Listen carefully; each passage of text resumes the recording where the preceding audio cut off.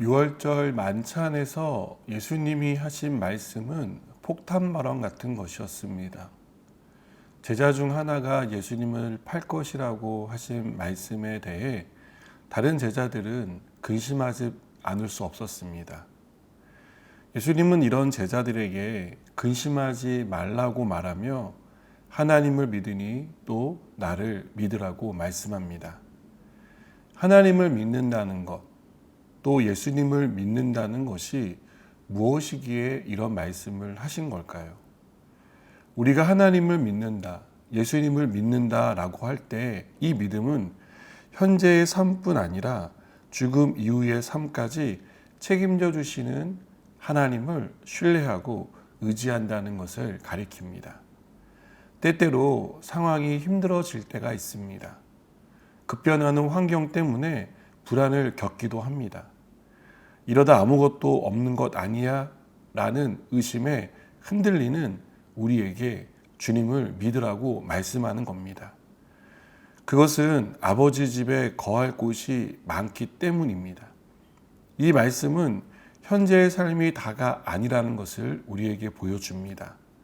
또한 우리가 궁극적으로 바라보아야 할 지점이 어디인지를 가르쳐 준다고 생각합니다.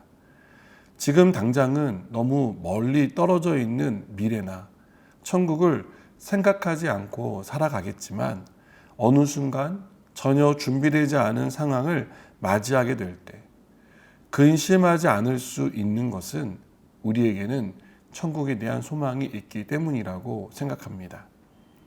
주님이 우리가 거주할 처소를 준비하고 계시다는 말씀은 내일에 대해 걱정하지 않게 합니다.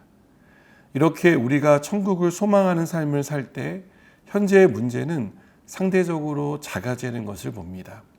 걱정하고 근심하는 문제가 그렇게 걱정하고 근심할 문제가 아니라는 사실을 깨닫게 되는 것입니다.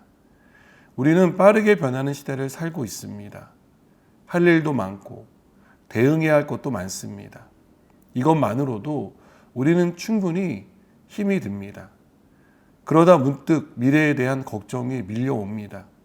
어떤 문제 때문에 근심하게 됩니다. 아무것도 준비되어 있지 않은 것 같다는 생각 때문에 불안해집니다. 앞으로 어떻게 살아야 할지, 또 자녀는 어떻게 키워야 할지, 또 내 앞에 당면한 문제는 어떻게 풀어야 할지 생각할수록 막막해집니다. 주님은 이런 우리의 삶을 잘 아십니다. 우리가 얼마나 근심하고 불안한 마음으로 살고 있는지 아십니다. 한숨이 절로 나오는 상황이 얼마나 많은지 아십니다. 이러한 상황 가운데 있던 제자들에게 너희는 마음에 근심하지 말라고 말씀하신 것, 바로 이 주님이 오늘 우리에게도 동일한 말씀을 주신다고 믿습니다. 예수님은 이 땅에 계시는 동안 제자들의 먹을 것, 입을 것, 머물 곳을 해결해 주셨습니다. 병든 자들의 병을 고쳐주셨고 죽은 사람을 살려주셨습니다. 그러나 예수님이 하신 일은 이것만이 아닙니다. 즉 죽음 이후의 삶을 책임져 주셨습니다. 예수님의 십자가의 죽음이 우리로 하여금 예수님을 통해 아버지께로 또 우리에게 예비된 하늘의 처소로 갈 수 있게 해 주었습니다. 죽음 이후에 있을 우리의 삶을 책임져 주신다면 우리의 현재 삶도 당연히 책임져 주시지 않겠습니까? 지난 삶을 곰곰이 생각해 보십시오. 지금까지 우리가 살 수 있었던 것이 누구 때문입니까? 우리가 근심에 사로잡혀 있을 때 그 근심에서 벗어나게 하시고 상황을 바꿔주신 분이 누구입니까? 우리에게 너희는 마음에 근심하지 말라고 말씀하신 주님이십니다. 우리의 인생을 아름답게 빚어가시는 하나님의 은혜가 우리의 모든 어려운 순간들을 이기게 하셨습니다. 하나님을 믿으시기 바랍니다. 우리의 삶을 인도하시는 하나님을 끝까지 신뢰하는 저와 여러분이 되었으면 좋겠습니다. 기도하시겠습니다.